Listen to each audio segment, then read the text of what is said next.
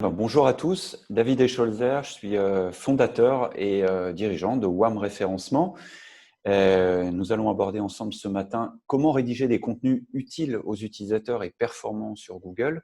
Je vous le disais tout à l'heure en off, c'est la troisième intervention que nous faisons grâce à ces PME. Nous avons fait les enjeux du SEO en 2020. Quels sont les leviers que nous pouvions activer? Et puis, concrètement, en termes de SEO. Et puis maintenant, on va faire un focus un petit peu plus précis sur la rédaction de contenu, en l'occurrence. Comment on s'y prend, par quelle méthodologie on rédige des contenus utiles et performants sur Google. N'hésitez pas à me préciser si jamais il y avait un souci au niveau de l'écran ou quoi que ce soit. Rapidement, en quelques secondes, pour nous présenter, nous sommes un acteur lyonnais. WAM Référencement existe depuis 13 ans. C'est la 13e année. On agit sur toute la France, que ce soit pour des PME, grandes, petites, des grands groupes nationaux. Voilà, on a à peu près une soixantaine de clients. Nous sommes 26, on est même 29 collaborateurs maintenant, organisés autour de plusieurs métiers. Le référencement naturel, comment apparaître dans Google par le référencement organique. Nous ne faisons pas de payant, nous laissons ça aux spécialistes. On reste spécialiste de notre métier. La création de contenu, rédaction de contenu, stratégie éditoriale, c'est le sujet de ce matin, par le biais d'un pôle édito internalisé. Donc, on a une équipe de rédaction, hein, c'est une rédaction avec secrétaire de rédaction, chef de projet, rédacteur, graphiste, journaliste TV, radio. Nous faisons également des relations presse. D'ailleurs, on a créé la structure WAM Relations Presse, WAM RP, pour diffuser justement les contenus et les prises de parole des marques que l'on accompagne à travers les médias. Nous pilotons par la data, donc nous mettons en place des dashboards, c'est la partie web analyse, et bien sûr, nous faisons de la transmission de savoir, savoir-faire, compétences via de la formation, WAM Référencement et Datadocké. Voilà nos 5 métiers. Nous construisons notre stratégie pour les problématiques qui nous sont confiées par le biais d'une équipe pluridisciplinaire qui est lovée autour du client et qui va, comme ça, à plusieurs têtes, bien composer la feuille de route de la stratégie pour atteindre l'objectif qu'on aura formulé ensemble, SEO, contenu, RP, et puis par la mesure. Voilà quelques références qui nous font confiance, qui sont actives et qui nous font confiance depuis plusieurs années. Je vous le disais, il y a un peu toute taille de groupe. D'ailleurs, l'idée est plutôt de… il y a des acteurs locaux, hein, comme par exemple Global, qui est un acteur local lyonnais qui propose une solution de classe virtuelle. J'en parle parce que ils vivent un succès fou en ce moment avec par exemple justement le confinement et l'accélération du numérique que l'on vit. Mais bien sûr, on travaille aussi pour des e-commerçants de la place française. Voilà. Nous ne sommes pas enfermés dans un secteur. Je vous propose d'aborder le contexte et qui reviendra un petit peu sur les deux précédentes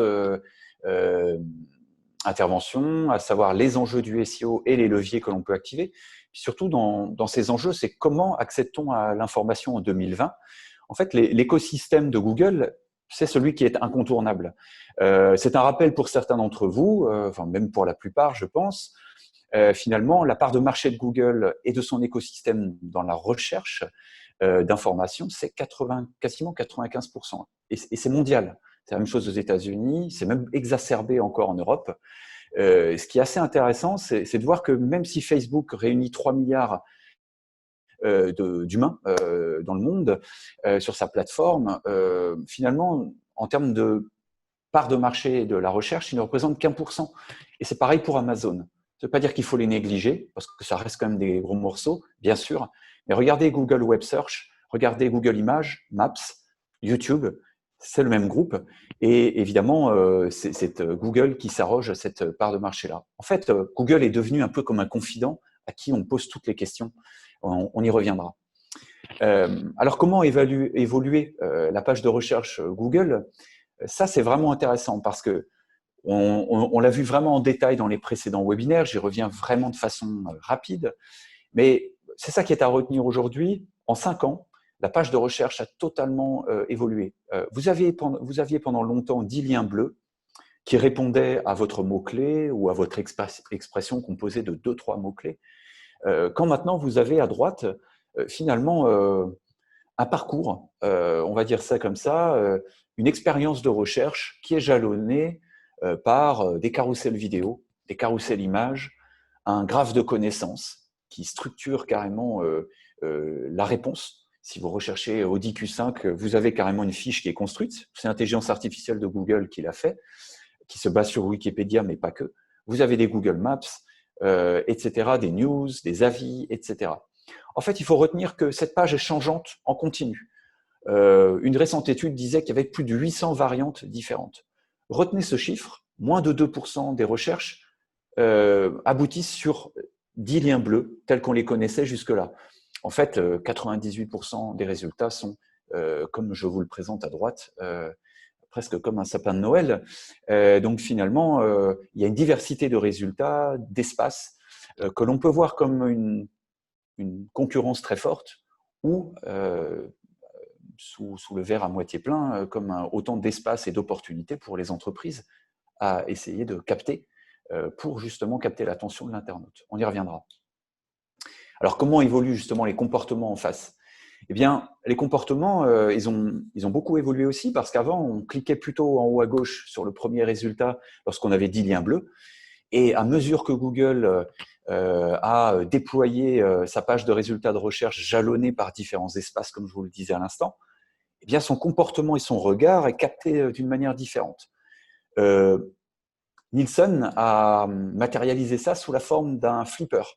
Votre regard, finalement, va d'espace en espace et finalement, c'est le pinball pattern, c'est-à-dire que votre regard passe d'un élément à un autre et va dans tous les sens. Ça se matérialise un petit peu comme ça. C'est une étude de eye tracking. Donc, on traque le regard de l'internaute quand on lui demande de faire une recherche. Et les différents espaces dont je vous parlais un instant, vous voyez qu'ils captent beaucoup plus l'attention. Si on regarde les feature snippets, par exemple les réponses directes qui sont faites par Google aux internautes, en captant un échantillon de contenu qui prend quasiment tout l'écran, dans 74% des cas, vous avez le regard qui est capté plutôt par cette partie-là. Quand vous avez des people also ask, les autres questions posées, vous voyez également en bas de l'écran que ça prend pas mal le regard également. Donc vous voyez que finalement, il ne s'agit pas simplement d'être tout en haut à gauche et d'être premier. Ce qu'il faut, c'est être au bon endroit, les endroits qui captent l'attention. Voilà, donc pour la feature snippet, ça ressemble à ça. Je pose une question, Google sélectionne une réponse autoritaire, autoritaire par la marque, autoritaire par la qualité du contenu, l'expertise, et c'est notre sujet du matin, et ça capte l'essentiel des regards, et notamment parce que sur mobile comme sur desktop, vous vous en doutez, eh bien, ça prend tout l'écran, tout simplement. Alors, comment évolue l'algorithme de Google? Il y a d'autres changements, hein, donc la page évolue, le comportement évolue, pardon, et pour couronner le tout, Google nous mène la vie dure. SEO est un métier endurant, à long terme. L'algorithme est secoué régulièrement. Vous avez sans doute entendu parler de l'update du mois de mai, plusieurs fois dans l'année. Il y a des changements toute l'année, hein, plus de 3000 changements dans l'année. Peu importe le chiffre. Ce qui est sûr, c'est que c'est jalonné de grosses secousses. Il y en a déjà eu 3 depuis le début de l'année, le 4 mai. Et l'idée, c'est de faire évoluer les résultats pour toujours plus de diversité et plus de qualité. La qualité du contenu, c'est toujours le message fort et le mantra qui est celui de Google et dont il fait circuler le message. Je passe rapidement, mais vous avez dû entendre parler de plein de mises à jour. Hummingbird, RankBrain, et puis plus récemment Googlebert. Je ne vais pas vous ennuyer avec les éléments techniques, mais retenez que le recours au machine learning, l'apprentissage automatisé, fait que Google arrive à mieux comprendre le concept qui se dégage d'un contenu. Pour être simple, par le passé, on devait répéter un mot-clé dans une page inlassablement et cette densité au mot-clé nous permettait d'être en haut. Cette époque est révolue. On écrit d'abord pour l'utilisateur et c'est bien la profondeur du propos, la cohérence sémantique, la présence de connecteurs entre les mots et entendez par là l'élargissement du champ sémantique qui fait que, et la connexion entre tous ces articles qui composent finalement votre site web, qui font sa richesse et sa qualité. Répéter un mot-clé est devenu totalement caricatural. Et donc, ces évolutions sont finalement une mise à niveau. Et pour moi, les grands gagnants de ces évolutions sont ceux qui misent sur la qualité du contenu. Ça ne veut pas dire qu'il faut s'affranchir de suivre ces mises à jour. Ça veut dire que, de toute façon, vous ne pourrez pas faire du reverse engineering et prétendre décortiquer l'algorithme de Google. Il n'y a qu'une seule personne qui le connaît, c'est Google. Donc, vous pouvez apprendre par expérience des choses, bien sûr, mais on ne peut pas prétendre décortiquer l'algorithme, ce n'est pas possible. Donc, si vous misez sur la qualité des contenus, c'est un vrai rempart, en tout cas c'est mon point de vue, contre les déclassements dans Google. Et il me semble que depuis 13 ans, c'est un principe auquel on se tient. Jusque-là, ça ne se passe pas trop mal. On va voir comment on s'y prend. Et l'idée de la matinée, c'est justement de vous partager cette méthodologie. Donc, comment on applique en amont de la rédaction du contenu, quelle méthodologie on applique. Donc, ici, le message, c'est analyser avant d'agir, avant de se lancer dans la rédaction de contenu. On entend souvent le discours suivant, c'est voilà, je veux du contenu et faites ce qu'il faut pour que ça produise des ventes. Ok, mais attention, c'est pas exactement comme ça que ça fonctionne. Et, on va voir. En fait, le contenu peut inciter certaines personnes qui le voient à consulter vos produits ou services, mais cela pourrait même pousser certaines d'ailleurs personnes à acheter chez vous. Mais en fait, l'utilisateur passe par un parcours qui est plus complexe. C'est ce qu'on appelle la Customer Journey, que j'ai matérialisé ici de façon très simpliste, et qui commence par la découverte de votre marque, avec un questionnement, puis se déplace vers la prise de conscience de votre marque, puis se retrouve confronté à un problème que votre service ou votre produit peut résoudre, et finalement évolue vers la recherche de votre solution, parce qu'il a compris que votre solution était une réponse à son problème. On passe par ces 4 phases, à peu près. Et là, il peut s'étaler, ça peut s'étaler sur plusieurs jours, voire plusieurs mois. En fait, si vous précipitez ce processus, vous serez hors jeu rapidement. Donc, il y a déjà là des questions à se poser. Sur quelle étape je souhaite apporter une réponse et être visible. Donc, par exemple, si vous créez que du contenu sur ceux qui savent déjà qu'ils ont besoin de votre solution, c'est très bien, vous allez potentiellement plus convertir, mais vous allez perdre toutes vos chances de faire du contenu un canal stratégique à long terme. Il faut donc cibler vos actions vers votre audience durant ce parcours. Et puis, vous pouvez laisser filer, ici, on le voit, à la concurrence. Lorsqu'il ne sait pas encore que votre marque existe, vous pouvez laisser filer la cible à la concurrence. Donc, en fait, comment s'y prendre? Ce qu'il faut, c'est cibler son audience et se mettre à la place de celle-ci. Donc, définir des personas. Et j'insiste, les personas, ce n'est pas quelque chose que l'on va gribouiller sur un coin de table, Raoul le mécontent ou que sais-je. Non, ce sont des personas qui sont basés sur des données portefeuille client. C'est indispensable, sinon ça ne fonctionne pas, sinon c'est très créatif, c'est très sympa, mais c'est surtout pas tangible. Ce dont on a besoin, c'est de rentabiliser l'effort éditorial qui coûte de l'argent et qui mobilise du temps. Donc l'objectif, c'est de définir des personas, identifier les questionnements de chacun, prendre en compte ses moments de vie et, comme précisé précédemment, prendre en compte les étapes du cycle de décision. Donc, ensuite, on classe ces questionnements par intention de recherche et par objectif de conversion. On va aller un petit peu plus loin. Je vais vous donner 2 exemples fictifs pour un contexte d'un site de mobilité internationale à destination des étudiants et désireux de partir à l'étranger, d'une part, et puis des professeurs porteurs de projets qui, eux, avec un projet pédagogique à destination des écoles, des lycées, que sais-je, voilà, d'autre part, souhaitent également partir à l'étranger. Donc, voilà les 2 personas pour cette entité de mobilité internationale.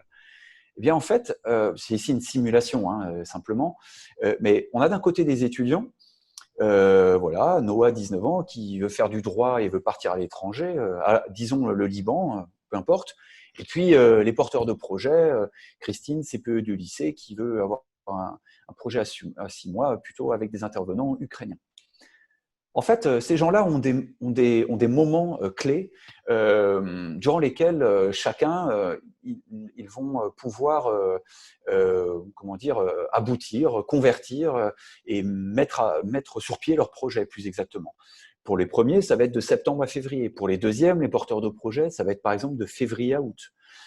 Il faut qu'on soit prêt pour ces moments-là. Il faut qu'on soit prêt pour ces moments-là. Ça veut dire qu'il faut qu'on puisse anticiper la création de contenu pour ces moments clés. Et il faut qu'on puisse aussi intellectuellement matérialiser toutes les étapes par lesquelles ils vont passer pour constituer leur projet. Donc voilà 2 moments clés déjà, 2 jalons à mettre dans un planning. Et puis l'étape suivante, c'est celle-ci. Je reprends exactement la Customer Journey. Alors la Customer Journey, ici, j'ai pris 4 étapes clés. Ça pourrait être 6, 5, 3. C'est dans votre secteur, vous devez vous l'approprier. Il n'y a pas de réponse toute faite. L'idée pour l'étudiant ici, je vais vous faire la lecture. On va recréer par anticipation le parcours de l'utilisateur, ici la Customer Journey de l'étudiant, dont je vous parlais. Pour chaque étape du parcours, on va définir et on va classer le questionnement de chaque cible, selon le degré de maturité pour l'atteinte de l'objectif. Ou si vous préférez, selon ses intentions. Donc ici, pour la cible étudiant en mobilité, nous avons défini 4 moments dans le parcours décisionnel. Ça pourrait encore être une fois plus sinueux, il n'y a pas de problème. Le tout, c'est d'adapter pour chaque situation. Mais on voit bien que les demandes sont génériques. Je vous ai mis quelques exemples de questionnement.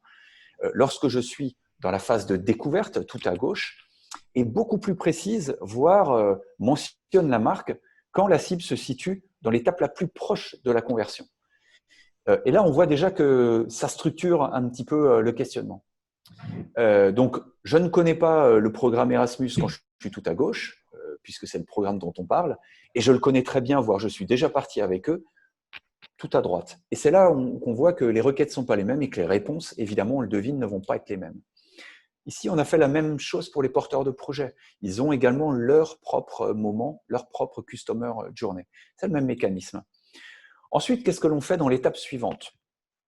Une fois qu'on a nos mots-clés, classés par nos questionnements, classés par étapes, eh bien, on va, à l'aide de ces questionnements, donc les classer selon le degré de maturité, bien sûr, et puis on peut déjà prendre des décisions. On va mesurer finalement dans Google sur quelle expression je suis déjà présent.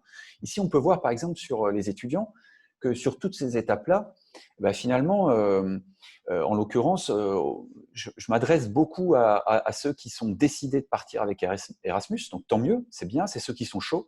Donc je vais convertir probablement plus à l'aide de mes contenus. En revanche, on n'adresse pas du tout ceux qui sont en phase de découverte. Est-ce bien voulu? Est-ce qu'on ne risque pas de laisser filer les clients potentiels à la concurrence avant même qu'elle ait pris conscience de l'existence de votre marque? Ce sont des questions auxquelles il faut que l'on réponde à ce stade. Et ici, on a fait la même chose pour les porteurs de projets. C'est d'ailleurs le même cas, le même constat qui est probablement même un peu amplifié, puisqu'on s'adresse à ceux qui s'intéressent au projet Erasmus, qui ont décidé même de partir avec Erasmus. Par contre, ceux qui n'ont pas vu l'existence d'Erasmus, qui sont probablement les plus nombreux, peuvent échapper à la concurrence. Donc, ce n'est pas tout. Il faudra également prendre d'autres décisions, donc savoir à quelle étape du parcours je m'adresse, mais aussi savoir ce qu'on veut en faire. Je reviens à mon introduction. Souvent, votre patron ou notre client nous dit « je veux vendre plus, donc faites du contenu ». Vous devinez ici que les étapes sont un petit peu plus sinueuses et qu'à chaque étape clé, informer, engager, vendre et fidéliser, eh bien finalement, les objectifs ne sont pas les mêmes. On ne peut pas demander la même chose à un contenu, évidemment. Donc, on doit faire là aussi des choix. Je cherche à vendre ou je souhaite d'abord semer en faisant d'abord découvrir ma marque, en servant du contenu gratuitement, puis en proposant donc une newsletter, un rendez-vous régulier qui mènera à un téléchargement, etc., jusqu'à une conversion. C'est un processus lent et sinueux. On ne peut pas tout demander à un contenu. Ce n'est pas quelque chose qui va faire vendre du jour au lendemain. Ce qu'il faut, c'est voir à long terme. Mais à partir du moment où vous êtes organisé et que vous suivez ces étapes-là, tout est plus clair et vous savez ce que vous pouvez en attendre. C'était ça mon message d'introduction. Avant de vous lancer dans la rédaction, eh bien, faites déjà des choix avant de vous lancer, encore une fois, des choix qui vont finalement conditionner la réussite du projet. Voilà, donc on a défini nos cibles et le parcours. Et à présent, on peut voir comment s'organiser avant de rédiger. Comment l'utilisateur formule-t-il justement sa demande? Je vous ai montré tout à l'heure que par étapes, on pouvait glaner des expressions. Alors, le plus souvent, on commence par un travail de brainstorming, bien sûr. Il y a des outils qui peuvent nous aider à faire ça. Et le premier des outils, c'est celui que vous utilisez tous les jours. C'est la suggestion de Google. En fait, c'est par là que tout commence. Ce sont comme Google le précise, des prédictions de recherche basées sur les demandes des utilisateurs, le plus souvent en quasi temps réel. Une source indispensable, donc. Notez d'ailleurs qu'elle existe pour YouTube également, pour Google Images spécifiquement aussi. Et bien sûr, plus la question est précise, plus la réponse attendue devra également être précise. Donc, vous voyez que là encore, on a des indications très précieuses sur la manière dont je dois rédiger. À ce titre, arrêtons-nous une minute sur la notion de longue traîne, c'est-à-dire ces questions très précises. Est-ce que c'est clair pour tout le monde? En l'occurrence, ce schéma, j'espère, vous éclairera, se lit de la façon suivante. À gauche, plus la demande est générique, plus elle est demandée sur Google. Donc, plus on a envie d'être présent pour cette demande. Mais moins elle est susceptible d'engager l'internaute face à votre contenu.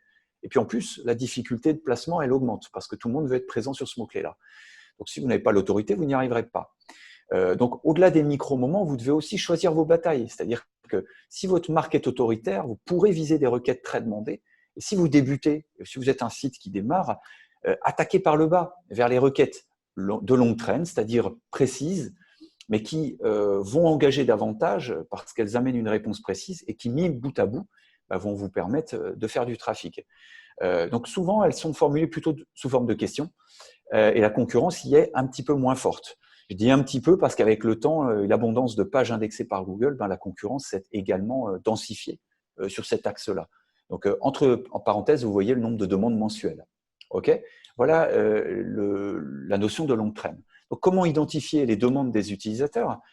Eh bien, on fait avec la Google Suggestion une requête. On peut ajouter un espace avant et après. Et puis, on voit ici toutes les expressions que Google nous suggère et qui émanent des internautes. Donc, si vous voulez effectuer des recherches à chaque étape du projet, vous pouvez les faire manuellement. Et évidemment, ça peut prendre un moment, surtout si vous avez beaucoup de produits et beaucoup de services. Donc, on peut utiliser des outils qui automatisent ce travail. Celui qui est le plus connu, c'est Answer the Public. Il y a une partie gratuite, une partie payante. Puisque WAM Référencement est une agence, on utilise la partie payante et ça nous aide, on en utilise d'autres, à structurer toute cette masse d'informations. Ici, je me suis amusé sur le mot absentéisme. Vous avez 38 questions à gauche et puis ces 38 questions sont elles-mêmes encore subdivisées en pourquoi, comment, laquelle, etc. Et puis on a une roue de questionnement qui nous est présentée. Et là, on peut faire nos choix et commencer à regrouper les notions et à angler un petit peu le futur sujet, le futur contenu. Mais là aussi, ça permet de gagner un temps considérable pour une étape vraiment chronophage, mais cruciale sur la réussite de cet effort éditorial. Un autre outil que l'on va utiliser, qui est une extension du navigateur Chrome, c'est Related Keyword. Quand je tape un mot-clé dans Google, par exemple télétravail, il va me proposer au sein même de la recherche Google, l'affichage au sein de Google, donc c'est une surcouche, tous les mots-clés relatifs au télétravail. Donc il va glaner cette information pour moi. À gauche, les mots-clés relatifs, donc suggérés. À droite, les people also ask, donc les autres questions posées. Et ça me facilite vraiment le travail. Et là, je peux faire mon marché, si vous me passez l'expression, pour faire mes choix de mots-clés qui vont couvrir mon contenu, qui vont être couverts par mon contenu. Donc, ces mots-clés-là émanent de Google, Google Images, YouTube, etc. On peut même rajouter d'autres éléments. Donc là, on a pris des outils qui nous permettent de glaner les expressions pour chacune des étapes. Mais au fait, est-ce qu'on est éligible pour une position 1 pour chacune d'elles? Ce n'est pas tout de glaner des mots-clés et de se dire, on sait qu'on va avoir beaucoup de trafic si on est présent dessus, savoir si notre marque peut nous permettre d'être présent sur ces mots-clés-là. Donc, rappelez-vous que, on l'a vu tout à l'heure, il faut d'abord passer par l'analyse de la physionomie des résultats de recherche. Est-ce que les résultats présentent des features snippets, des people also ask, des news, des maps, des knowledge graphs, etc., des images? Quel type de résultats sont affichés? De quels sites sont issus, sont positionnés dans ces espaces? Avec quel format de contenu? Et bien sûr, si vous êtes autoritaire, vous pouvez être présent. Si vous ne l'êtes pas, vous ne pouvez pas être présent. Je vous donne un exemple simple. Sur la requête coronavirus, voilà à quoi ressemble la page. C'est une page qui a totalement évolué avec le coronavirus, qui n'existait pas avant le coronavirus et qui a évolué à mesure que nous avancions dans la maladie, à tel point que Google nous donne des statistiques sur la maladie à droite, une cartographie. À gauche nous permet de naviguer par symptômes, prévention, statistiques. Voilà, il nous permet également d'avoir des news, d'avoir des vidéos, etc. Eh ben, par exemple, pour TV5 Monde, que nous accompagnons, qui est un média TV, mais qui a une branche news sur Internet, eh bien, on a réussi à se positionner non pas dans les liens bleus qui étaient très changeants tous les jours et toutes les heures et difficiles à obtenir, mais par contre dans les vidéos. Alors, on ne voit pas bien là sur l'écran, mais si vous tapez coronavirus aujourd'hui dans Google, ou coronavirus Afrique, ou Algérie, ou, etc., tous les pays d'Afrique, toute la francophonie, TV5 Monde se place dans ce carrousel vidéo. Parce qu'on a vu qu'il y avait une opportunité de se positionner plus adapté à nos formats de contenu dans cet espace-là. Et c'est bien le travail que je vous invite à faire. L'autre étape, c'est maintenant qu'on a analysé la physionomie de résultats de recherche, qu'on peut savoir où est-ce qu'on peut se positionner, rapprochons-nous un petit peu plus de la rédaction et puis comment est-ce qu'on lit sur le web. Et là, vous allez voir qu'il y a encore une autre difficulté. C'est qu'on ne lit pas vraiment sur le web en réalité, on scanne. On cherche par un mouvement de haut en bas et puis on s'intéresse pour un mouvement de gauche à droite. Donc nos yeux et notre cerveau vont scanner pour finalement s'accrocher à des éléments. Donc on ne lit pas en réalité, on scanne l'information. Voilà, tout simplement. Donc c'est intéressant et en même temps c'est une vraie difficulté parce que l'attention est extrêmement difficile à capter de l'utilisateur, sans compter le contexte d'infobésité que nous vivons, on est toujours connecté, il y a des notifications, on est sollicité sans relâche, donc il va falloir utiliser des repères pour chercher à accrocher le regard de l'internaute. Voyons à présent comment Google voit le contenu. Vous allez voir que ça nous éclaire déjà un petit peu sur la façon dont on peut structurer notre contenu lors de notre écrit. Pour certains, c'est très clair, pour d'autres, ce sera peut-être une découverte, mais si on prend un contenu WAM, quel est l'impact des illustrations dans un contenu tiré de notre blog, il y a des zones chaudes que Google voit en premier. Voilà, donc je vous laisse les découvrir. Comprenez qu'au-delà du fond, ces 6 zones sont des mises en exergue du contenu qui vont avoir davantage de poids dans la compréhension de Google. Donc, si le contenu s'y trouve, ça aura plus de poids. Donc, ça va aider au positionnement. Alors, moins que par le passé, parce que je vous le disais, l'algorithme a beaucoup évolué pour comprendre le contenu dans son ensemble. Mais c'est vrai que il y a encore un poids considérable sur le title, sur le titre H1, le chapeau, les balises HN. Donc, elles seront à soigner. On y reviendra. Et si on enlève les images, si on enlève les feuilles de style, c'est comme ça que Google voit votre contenu. C'est du texte. Mais on voit là aussi visuellement que ça structure. Et soit dit en passant, ces balises sont interprétées pour les navigateurs à destination des non-voyants en termes d'accessibilité. Alors, quel format de contenu pour toucher sa cible? On rentre un petit peu plus dans le vif du sujet. Donc, voici à présent les réponses éditoriales qui s'offrent à vous pour répondre efficacement à nos cibles dans ces espaces, pour accrocher plus son attention ou selon l'étape du parcours du cycle de décision de nos cibles. En fait, retenez que chaque format a un objectif précis. Vous aurez le détail sur chaque slide. Je ne vais pas tous les lire, je vais vous faire un résumé. Mais là aussi, on a encore des décisions à prendre. Ce n'est pas parce qu'on a les expressions, qu'on a les espaces, qu'on a l'étape, qu'on a forcément le bon format. Voilà, il faut faire des tests. Je vous emmène sur le premier. On va toujours, pour tous les types que je vais vous montrer, alors ce ne sera pas exhaustif parce qu'il en existe plein, mais je m'arrête sur ceux que je trouve les plus intéressants pour le web et notamment pour le mobile. Vous avez le type de contenu, le calibrage, donc le nombre de feuillets, l'objectif et la spécificité du contenu. Vous avez le droit de ne pas être d'accord avec certains points, chacun doit faire son expérience, mais je vous transmets celle que nous, on a apprise.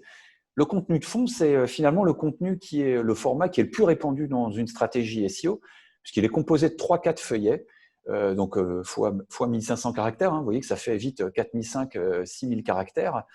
Son objectif est d'informer, de conseiller. Là, on est vraiment dans la découverte de la marque, dans la première étape, comme je vous disais, de la Customer Journey. Pour une requête hors marque, c'est parfait. Donc, il s'agit d'un billet plutôt long et il se positionne extrêmement bien dans les feature snippets, dans les people also ask et bien sûr dans les liens bleus.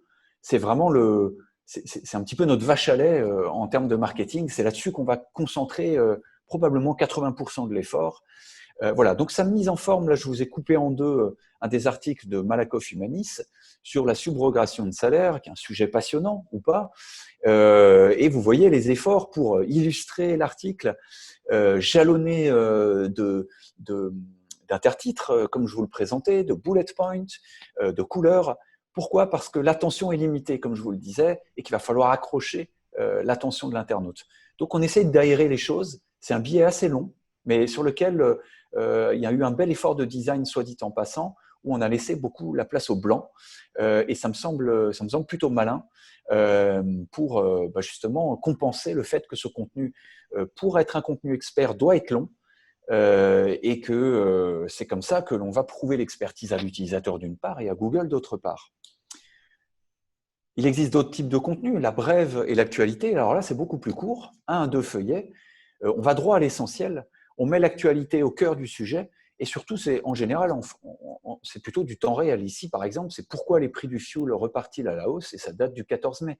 Pour notre client Fuel Market, ben oui, puisqu'il vend du fuel en ligne, on sait qu'il y a des moments pour acheter. Les internautes ont aussi besoin de cette information-là. Ça va plutôt trouver sa destination dans les newsletters, dans les notifications, dans les tweets, dans les réseaux sociaux. Moins pour le SEO parce que ça va mettre un petit peu de temps à être indexé. Ça peut fonctionner, mais en général, vous pouvez être présent dans un carousel news, plutôt si votre site n'est pas commercial, parce que dans les carousel news, bien sûr, ce sont plutôt les médias qui viennent se positionner. Avec un blog, on peut se positionner avec un blog d'entreprise, mais c'est franchement moins évident et vous serez toujours étiolé par les médias. Voilà, mais il est quand même possible de se positionner. Si on continue, le dossier ou le guide, là aussi, sont extrêmement intéressants. En revanche, retenez que les guides sont très volumineux. Ils abordent tous les aspects d'un sujet. C'est vraiment la super page, la master page autour d'un sujet. C'est plutôt quelque chose que l'on va faire avec un peu plus de maturité une fois que sur un gros sujet, ici la défiscalisation Girardin, donc dans l'immobilier, défiscalisation par l'immobilier. Ce dispositif-là, on a déjà plusieurs articles. On en fait un gros résumé, on aborde toutes les questions et on va expliquer par des résumés et rerouter vers différents aspects, vers différents articles. Donc ça, c'est plutôt de l'evergreen, un contenu au long cours, indémodable, qui va être alimenté régulièrement à l'aide des autres articles que vous allez plus précis, que vous allez composer, et qui répond très bien à la question du how-to. Donc typiquement, défiscalisation Girardin, crac, c'est celui-là qui doit se positionner. L'article, il sera plus précis sur un aspect de la défiscalisation, mais c'est bien cette super page qui doit se positionner au long cours. Donc vous voyez que les deux sont compatibles et complémentaires avec l'article de fond. Si on continue, l'interview est super intéressante. Toujours dans l'idée de dire à Google et à l'utilisateur, je suis expert dans mon domaine. Je suis expert du référencement ou je suis expert de la défiscalisation. L'interview personnifie tout simplement et puis permet de faire connaissance avec quelqu'un qui a la maîtrise et l'expertise. Donc ici, par exemple, cette personne qui a été interviewée dans le cadre du travail que l'on fait avec les méthodes de langue assimile, eh bien, elle fait du sous-titrage et elle passe par l'anglais. Et voilà, quel est le quotidien de son travail? Est-ce qu'elle a déjà utilisé des méthodes de langue assimile? Voilà, on en fait une interview et c'est un moyen assez malin de se positionner dans Google, certes, mais là aussi, la destination est plutôt vers les réseaux sociaux, les newsletters, ce genre de choses, moins pour Google, mais c'est également possible. Vous avez aussi le format que je trouve intéressant de l'infographie, qui va résumer souvent une problématique assez complexe, ou alors un sujet qui va être peut-être un peu ennuyeux, mais dont on a envie sur lesquels on a envie de transmettre des informations. Ici, par exemple, c'est 90 ans des méthodes Assimil. Il s'est passé plein de choses. OK, on va jalonner un parcours d'illustration et faire passer notre message plus facilement qu'un long discours. Néanmoins, on l'accompagne d'un ou deux feuillets de rédaction. Pourquoi? Parce que Google a besoin, tout comme l'utilisateur, d'une interprétation pour pouvoir positionner votre illustration. Et c'est un format que j'aime beaucoup parce qu'il trouve vraiment sa destination dans tous les canaux de diffusion. SEO pour Google Images, SEO pour les feature snippets, parce que les feature snippets montrent aussi une image. Bien sûr, newsletter, les réseaux sociaux. Finalement, vous pouvez le diffuser un petit peu partout. Surtout, le visuel permet de passer de meilleurs messages, notamment si c'est jalonné de chiffres. Et retenez que pour les relations presse, notamment, les journalistes ont besoin très souvent de chiffres exclusifs. Et c'est vrai que l'infographie, accompagnée d'un texte, souvent permet, de façon assez ludique, de faire passer un message et attire beaucoup plus l'attention. Le format vidéo est complémentaire. Tout à l'heure, je parlais de Full Market ou de Malakoff Humanis. Pour passer des messages clés, eh bien, à un moment donné, vous faites parler l'expert, c'est une possibilité, par le biais d'une vidéo. Et là, vous transmettez beaucoup plus que par un article. Donc, on est déjà un petit peu plus loin que de la découverte de la marque. Voilà, ou alors pour le tutoriel, ça peut être vraiment intéressant. How to, comment faire ceci ou cela, vérifier le niveau d'huile dans ma voiture. Voilà, un Total va prendre la parole pour expliquer chaque étape. On peut l'utiliser dans plein de domaines. Et ça a beaucoup de valeur parce que, comme je le montrais tout à l'heure avec l'exemple du coronavirus, le carrousel vidéo est présent de plus en plus dans les résultats de recherche. D'ailleurs, dans plus de 30% des recherches de Google, vous avez un carrousel vidéo, surtout pour les how-to, comment faire ceci ou comment faire cela.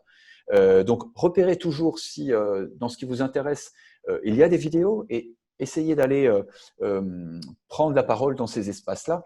La vidéo coûte un peu plus cher à produire, mais très franchement, elle passe beaucoup de choses et elle trouve là aussi sa diffusion, pas uniquement dans le SEO, mais à travers la newsletter ou tout un tas d'autres canaux complémentaires.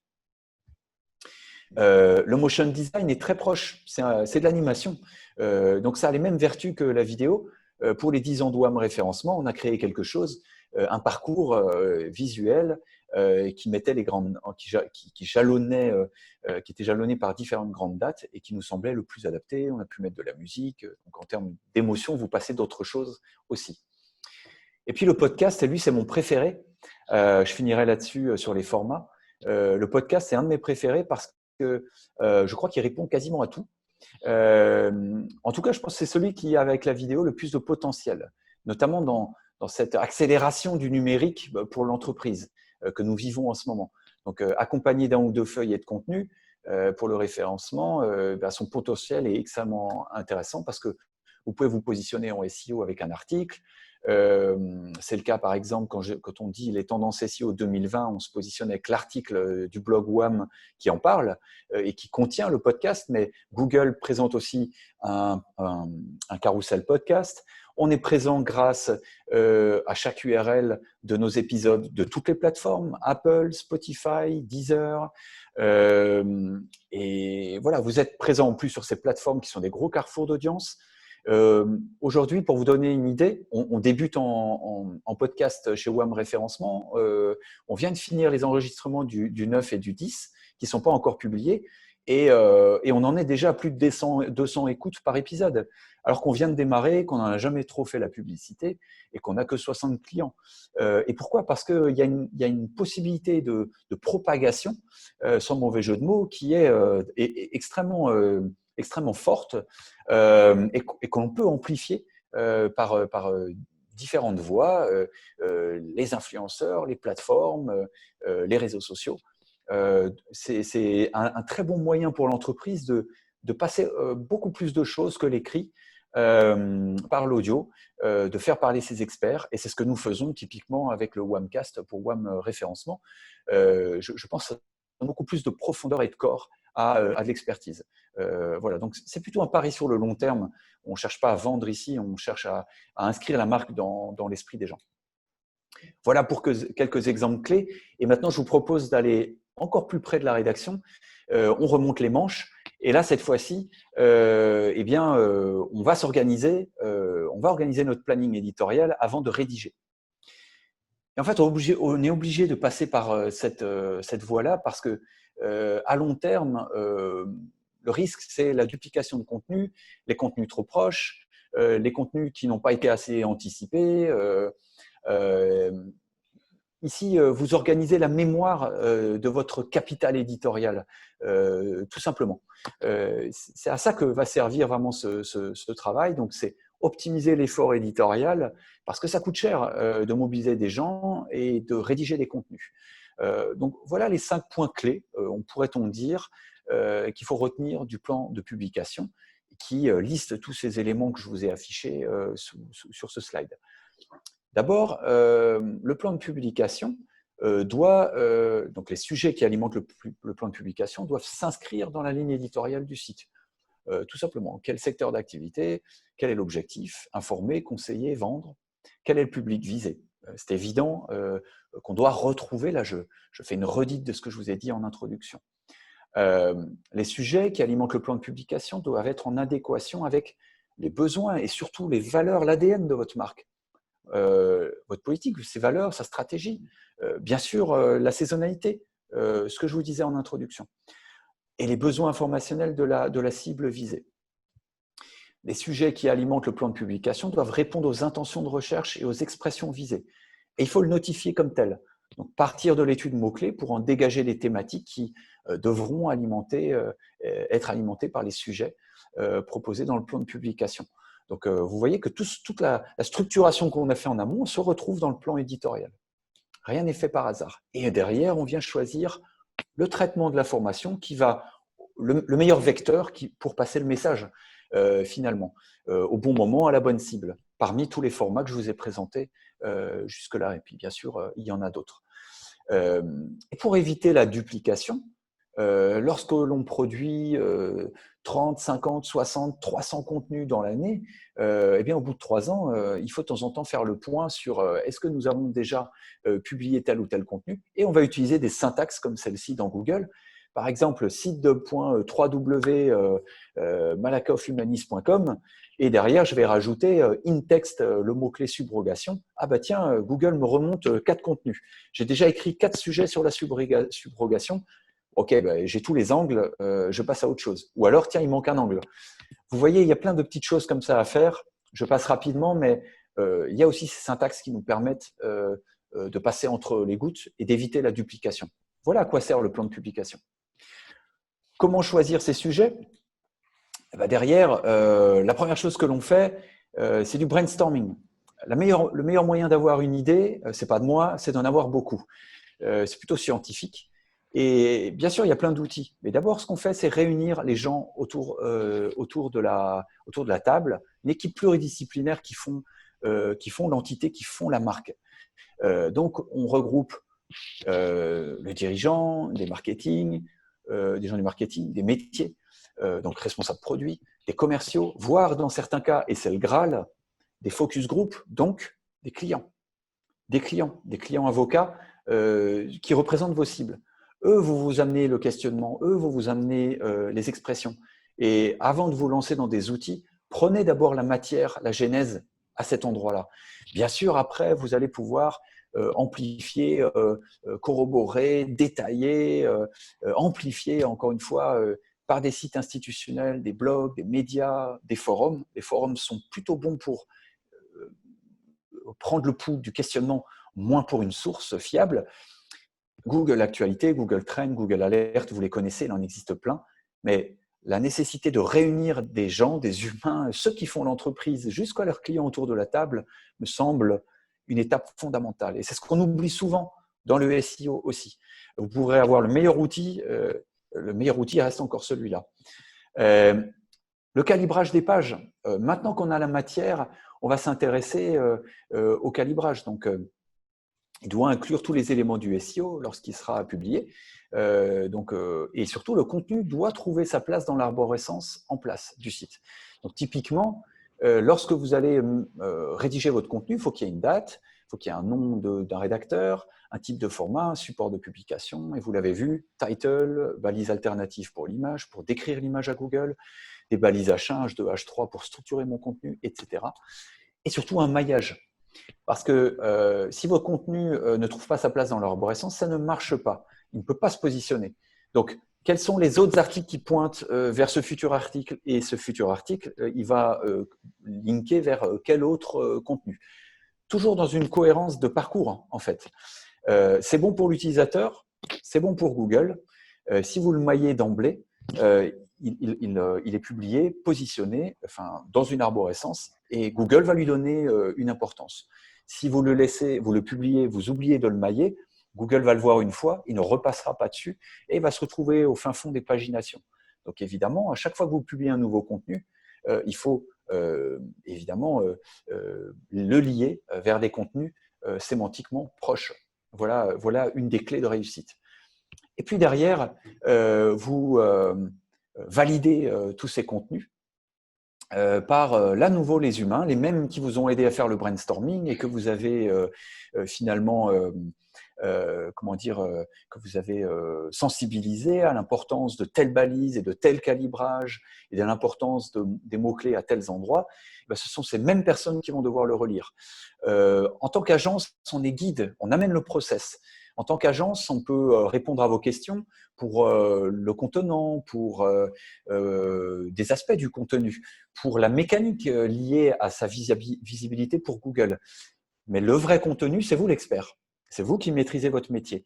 Et là, on est obligé de s'appuyer dans un cycle de validation sur la com, sur l'expert métier, la com, le juridique et le webmaster, bien sûr, qui va publier ce contenu, sauf si nous sommes autonomes. Et là encore, ce sont des humains qui vont devoir relire tout ça. Et quelquefois, ça peut, vous voyez, être plusieurs sas de validation, mais obligatoire, parce que là aussi, on vient valider l'expertise de la marque. Maintenant, vous pouvez rédiger, maintenant que vous avez tout ça, et structurer votre plan. Donc, ça va être la dernière ligne droite sur les 10-15 dernières minutes, 10 minutes, et puis je pourrai répondre à vos questions pour qu'on puisse respecter le timing. Le contenant du contenu lui-même, eh bien, c'est fluidifier sa lecture, faciliter la compréhension, comme on le disait, maintenir l'attention et optimiser les chances de positionnement sur les moteurs. On l'a déjà abordé avec quelques éléments. C'est une redite pour que l'on comprenne bien. Au moment où on rédige, je le répète, c'est là-dessus qu'on doit focaliser notre attention et pas la présence de mots-clés. Cette pyramide inversée, c'est finalement l'outil, on va dire, qui va permettre de répondre aux plus forts enjeux du contenu. Hein. C'est de retenir et accrocher l'attention du lecteur. Donc, c'est un précepte de la rédaction, hein. C'est journalistique d'ailleurs, on ne l'a pas inventé, mais qui fonctionne très bien pour la rédaction sur le web. Les idées fortes, les idées secondaires, et puis derrière, on ouvre vers d'autres idées. Et lorsque je réponds précisément à une question, mon titre doit être effectivement la question, mais dans le chapeau, répondez à la question tout de suite. Et puis derrière, vous proposez différents angles avec des idées secondaires et vous ouvrez vers d'autres choses. Et c'est comme ça que vous allez accrocher. Si vous mettez déjà 3 paragraphes de contexte, vous perdez le lecteur qui n'a que quelques secondes à vous accorder. Et derrière, vous allez structurer votre propos à l'intérieur des balises qu'on a vues tout à l'heure. Ces fameuses zones chaudes qui sont un petit peu mieux vues, mieux interprétées, qui aident Google à sa compréhension, qui ne font pas tout. Donc, ça ne sert à rien de les, si vous me passez l'expression familière, bourrer de mots-clés, ça ne sert à rien. Mais on doit avoir une attention quand même à un champ sémantique logique, l'emploi de synonymes, et de l'expression le plus à gauche possible de ces zones. Encore une fois, si vous utilisez un surligneur Word et que vous voyez que c'est jalonné de jaune partout, que vous avez trop l'expression de façon exacte un peu partout, c'est pas bon. Parce que là, vous tombez dans ce qu'on appelle la répétition de mots-clés et qui est sanctionnée par Google. Ce qu'il faut, c'est plutôt un champ sémantique. Voilà. Le plus souvent, d'ailleurs, ces jalons sont pré-configurés dans WordPress, dans Drupal, dans tous ces outils de gestion du contenu que vous allez utiliser lorsque vous allez publier du contenu. Voilà. Au moment où vous rédigez le fond, replacez toujours votre contenu, j'insiste, dans le processus de conversion. Est-ce que je suis là pour informer le lecteur, ce qu'on appelle see, convaincre le lecteur, ce qu'on appelle think, ou le faire convertir, c'est-à-dire do. Et chaque type de contenu a un rôle précis, comme je vous l'expliquais avec l'exemple Erasmus. Ici, je l'ai simplifié avec 3 étapes, mais on peut en avoir beaucoup plus. L'angle, évidemment, l'angle est fondamental, l'angle de votre contenu. Est-ce qu'il est plutôt expert? Est-ce qu'il est plutôt débutant? Est-ce qu'il est plutôt intermédiaire? Il va conditionner sa rencontre ou non avec l'intention du lecteur pour la question qu'il a posée. Rappelez-vous que vous devez le plus souvent répondre à une demande qui est précise pour garder en pertinence, donc évitez plutôt le propos trop large. Et si vous vous adressez à une personne qui est vraiment experte dans un domaine, parlez-lui avec ce langage-là. C'est lui qu'on vise, c'est pas le débutant, c'est pas le novice, et inversement. Donc c'est quelque chose qu'on doit retrouver dans votre écrit. Et rappelez-vous une chose, je vais vous passer cette slide horrible, mais qu'est-ce qui se cache derrière? Les algorithmes de Google font mécaniquement les choses avec des algorithmes d'apprentissage. Mais rappelez-vous que le concept EAT, expertise, autorité et confiance, trustworthiness, ce sont 10 000 quality writers, des humains, qui viennent régulièrement mandatés par Google, c'est les contractuels mandatés par Google, qui viennent taper des questions dans Google et parfaire l'algorithme de Google avec une notation pour dire est-ce que ma question, est-ce que la réponse que j'ai vue chez vous, sur votre site, a bien rencontré, a bien répondu mon intention de recherche. Et voilà les 5 jalons, les 5 niveaux d'évaluation utilisés par le Quality Writers. Tout en haut, votre réponse répond entièrement à la question et à l'intention. Tout en bas, non, là, on n'est pas du tout en face. Et si les Quality Writers envoient ces signaux à Google, indirectement, qu'est-ce qu'ils font, ces signaux? Ils vont montrer la direction à prendre pour l'algorithme et indirectement lui indiquer que vous n'êtes pas la bonne réponse. Je répète, c'est indirect, ce n'est pas direct. Mais à un moment donné, ça donne une indication à suivre et donc votre contenu peut se retrouver finalement à baisser parce qu'il n'a pas répondu correctement à l'intention. Donc, il y a l'algorithme qui est automatique et de l'autre côté, il y a l'évaluation humaine. Et c'est ça que vous devez avoir en tête. Et c'est ce questionnement-là au moment de la rédaction que vous devez avoir. Voilà. Et bien sûr, ça, c'est quelque chose qui est normalement que vous devez avoir en tête, mais encore une fois, que vous devez vous rappeler au moment de la rédaction. La 3e étape, et on arrive à la fin de la rédaction, c'est sélectionner correctement vos sources, dater toujours votre contenu, mentionner les sources, citer les copyrights, nommer l'auteur. Tous ces éléments-là sont aussi vérifiés par EAT, par les quality writers, pour dire ce site est fiable, ce site est organisé, il y a un auteur identifié, il y a même une rédaction, on sait que c'est une entreprise qui a pignon sur rue, qui a telle adresse et qui fait le travail correctement, qui source ces informations. Ça aussi, ça entre dans EAT. Et c'est ce qui permet d'alimenter l'autorité et l'expertise de votre marque. Donc, ce ne sont pas des éléments secondaires.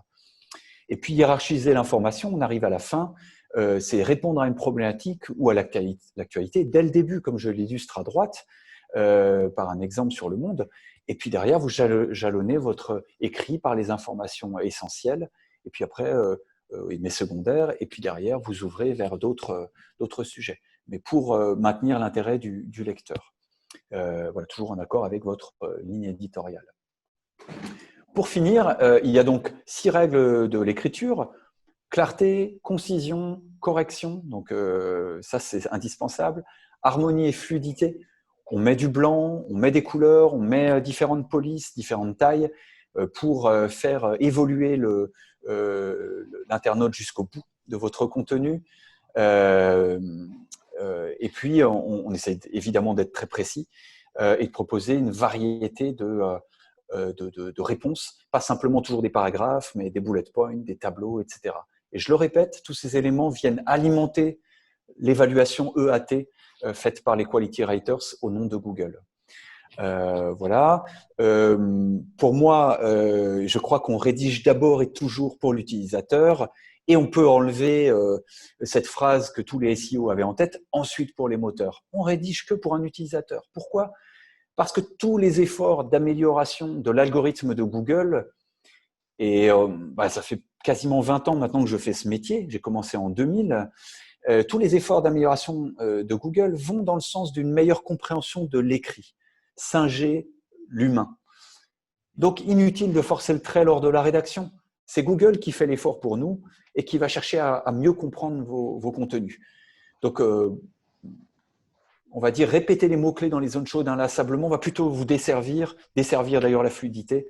Je suis d'ailleurs pas du tout convaincu par les outils un peu magiques qu'on nous vend et qui nous disent nous avons analysé, voilà comment il faut l'optimiser. Finalement, très souvent, c'est un peu du bourrage de mots-clés. Je ne dis pas qu'ils sont tous comme ça, mais travailler le champ sémantique. Et très souvent, un rédacteur, un journaliste, ou quand on se pose les bonnes questions, vous le faites de façon naturelle.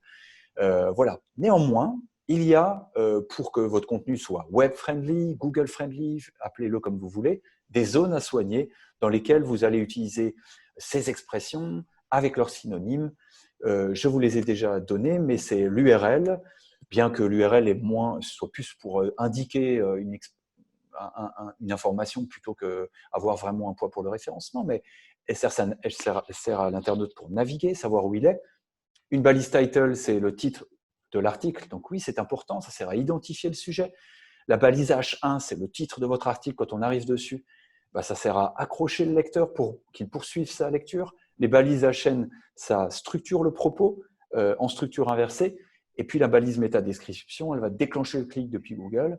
Et le corps du texte, il informe et il fait adhérer au propos ou pas. Et puis l'image sert à illustrer. Voilà. Ce sont ces zones-là qui sont à soigner en particulier.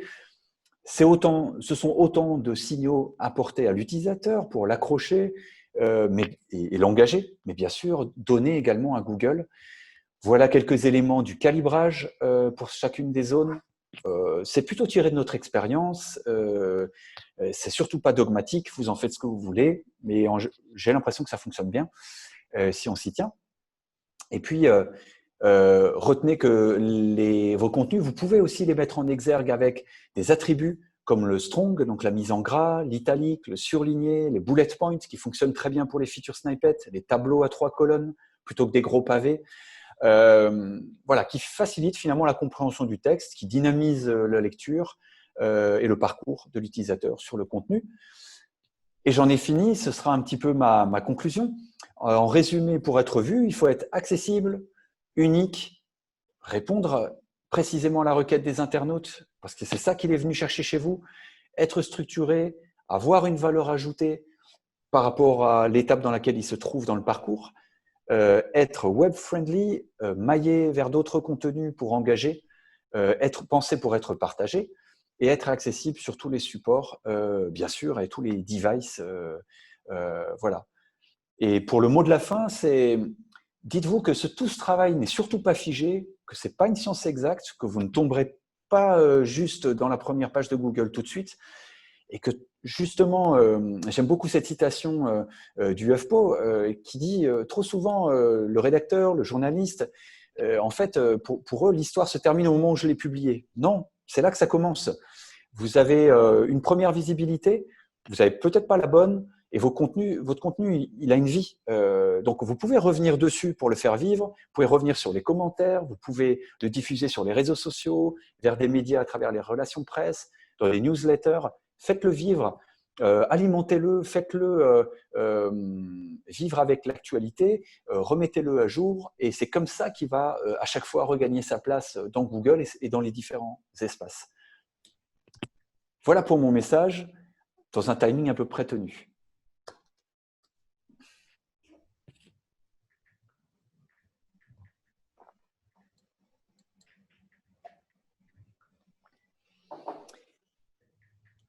Alors j'ai été, je pense, assez dense, mais il me semblait important de vous présenter vraiment la méthodologie dans son ensemble, la méthodologie de travail. Je vais reprendre, hop, ici.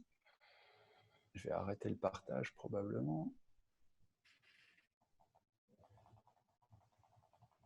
et reprendre, essayer de voir les conversations. Je vous invite à prendre la parole, alors soit de visu, soit… hop, alors attendez, excusez-moi, je vais juste essayer.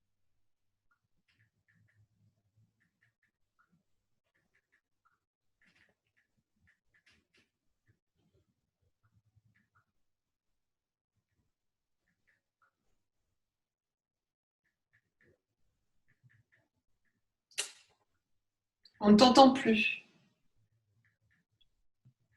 Vous m'entendez? Oui. Voilà, très bien. Je prends les questions telles qu'elles arrivent. Xavier Noël Kuhlmann, que je salue au passage, on se connaît un peu. Est-ce qu'il y a des conseils pour le ratio d'illustration à mettre dans un contenu? D'une part, pour avoir un contenu agréable à lire par l'utilisateur, et de l'autre pour Google. Non, pour Google, il n'y en a pas, clairement. En fait, retenez que tout ce qui est bon pour l'utilisateur est bon pour Google. C'est plutôt dans ce sens-là qu'il faut le lire. Il n'y a pas vraiment de recette magique là-dessus. Je dirais qu'un contenu long, pour réussir à capter l'attention de l'utilisateur jusqu'au bout, c'est un peu ça qui va… si vous avez 3 messages forts ou 4 messages forts à passer dans votre contenu, assurez-vous qu'il y ait au moins 3-4 illustrations qui lui permettent de dire « Ah bah attends, il y a quelque chose qui m'intéresse un peu plus loin.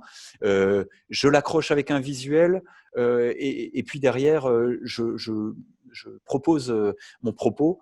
D'ailleurs, 2 phrases introductives et puis peut-être des bullet points. Voilà comment on jalonne plutôt le contenu. Si j'ai 3-4 idées fortes, je mets 3-4 illustrations.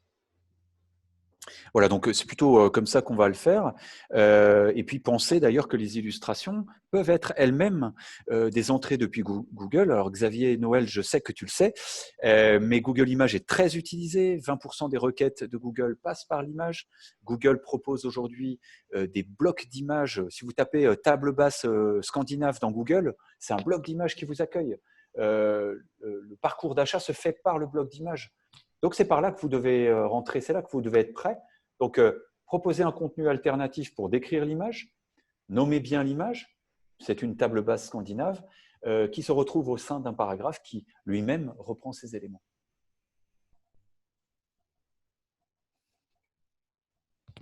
Est-ce qu'il y a d'autres questions sur le process, sur la rédaction de contenu?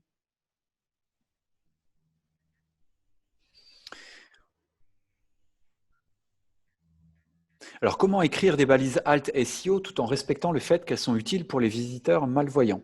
Bah, exactement, en fait, la réponse est dans votre question. Si vous illustrez votre idée forte, qui est, par exemple, je ne sais pas, on va prendre notre sujet, par exemple. Une des idées fortes, c'est de prendre en compte les intentions de recherche et que je vous mets une illustration sur les intentions de recherche. Eh bien, je vais vous mettre en balise alt illustration des silos, des étapes du parcours décisionnel de l'utilisateur pour chaque intention de recherche, une expression clé. Et c'est tout. J'ai à la fois mis les mots-clés pour le SEO et surtout, le malvoyant, le non-voyant, je lui ai donné la bonne information. Et vous pouvez en complément légender votre illustration, peut-être pour être encore un petit peu plus, je dirais, peut-être plus verbeux dans ce cas-là, utiliser la légende. Mais je crois vraiment qu'il ne faut plus, et là je me fais le porteur du message de Géraldine, qui est la responsable du pôle éditorial chez WAM, un contenu SEO, ça n'existe plus en 2020. Bannissez ce terme. Un contenu SEO, ça ne veut rien dire. Un contenu, il est pour l'utilisateur. Et je vous l'ai dit, Google s'est adapté. Il y a des zones chaudes à choyer, à un petit peu travailler, bien sûr, mais on est loin du travail de répétition de mots-clés caricatural d'il y a quelques années. Oubliez ça, ça ne marche plus, ça ne marche pas. Et vous desservez, vous avez une visibilité, vous avez un clic. Et derrière, si 90% des gens repartent, est-ce que vous avez gagné quelque chose? La vraie métrique, ce n'est pas la position. La vraie métrique, c'est l'engagement. Est-ce qu'il était venu pour lire et retenir ma marque et je le retarget avec du SEO? Est-ce qu'il était venu pour télécharger quelque chose? Est-ce qu'il est venu pour acheter? Est-ce qu'il est venu pour s'inscrire à une newsletter? C'est ça le véritable indicateur de performance. Ce n'est pas le trafic. C'est pas le trafic. C'est pour ça qu'on rattache toujours à une cible et à des intentions de recherche. C'est ça mon message.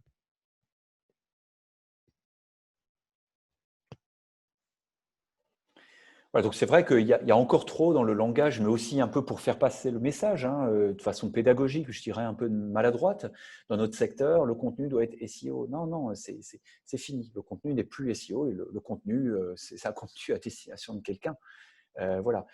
Dites-vous que Google passe son temps à compenser les choses pour mieux servir le contenu aux utilisateurs. Voilà. Par exemple, je vous donnais un exemple simple. Si votre article, vous n'avez pas rempli la balise article, la balise title et la balise description, en 2020, Google crée une balise title, crée une balise description tout seul. Et il fait la même chose avec les balises alt quelquefois, grâce au machine learning. Donc, si vous ne le faites pas, il le fait. Ça, on vous dit long sur les capacités de l'algorithme. Voilà. Alors, je ne sais pas s'il y a d'autres questions. Je vois qu'il reste 15 participants. N'hésitez pas. Alors, soit au micro, soit au chat, avant de clôturer.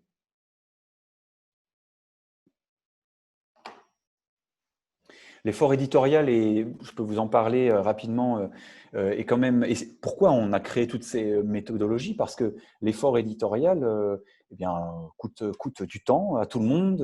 Et ce n'est pas simplement l'agence dans son coin, je pense que vous l'avez compris. C'est aussi avec l'entreprise, surtout, et beaucoup au cœur du dispositif. Et c'est du temps. Tout simplement, c'est du temps. On va mettre pour un article de fond 4h30 à 5h30 de rédaction. Pour un dossier, un guide, jusqu'à 6h, 5h30, 6h. Pour faire une infographie, une journée et demie, en incluant tous les éléments et notamment de validation. Donc, vous voyez que c'est du temps, tout ça, et il faut être organisé pour faire en sorte que ce temps soit rentabilisé face au KPI qu'on a mis en face. Donc, on est sur des temps, la brève, ça va être 2h30, un texte de catégorie, on n'en a pas parlé, mais ça peut être aussi là 2h30 de travail.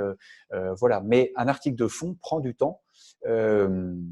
Et c'est pour ça que c'est difficile à rentabiliser. Et notez donc que si on parle de rentabilité de l'effort, que le SEO n'est évidemment pas le seul canal de rentabilité. La rentabilité d'un contenu se fait, oui, d'abord par le SEO, parce que c'est le coût contact le plus intéressant, mais pensez à le diffuser régulièrement par newsletter, sur LinkedIn, sur Twitter, et à une planification régulière durant la semaine. Il y a différents moyens de pousser les contenus au bon moment. Il y a certains contenus que je ressors régulièrement. Voilà, donc ça c'est un point vraiment, vraiment important.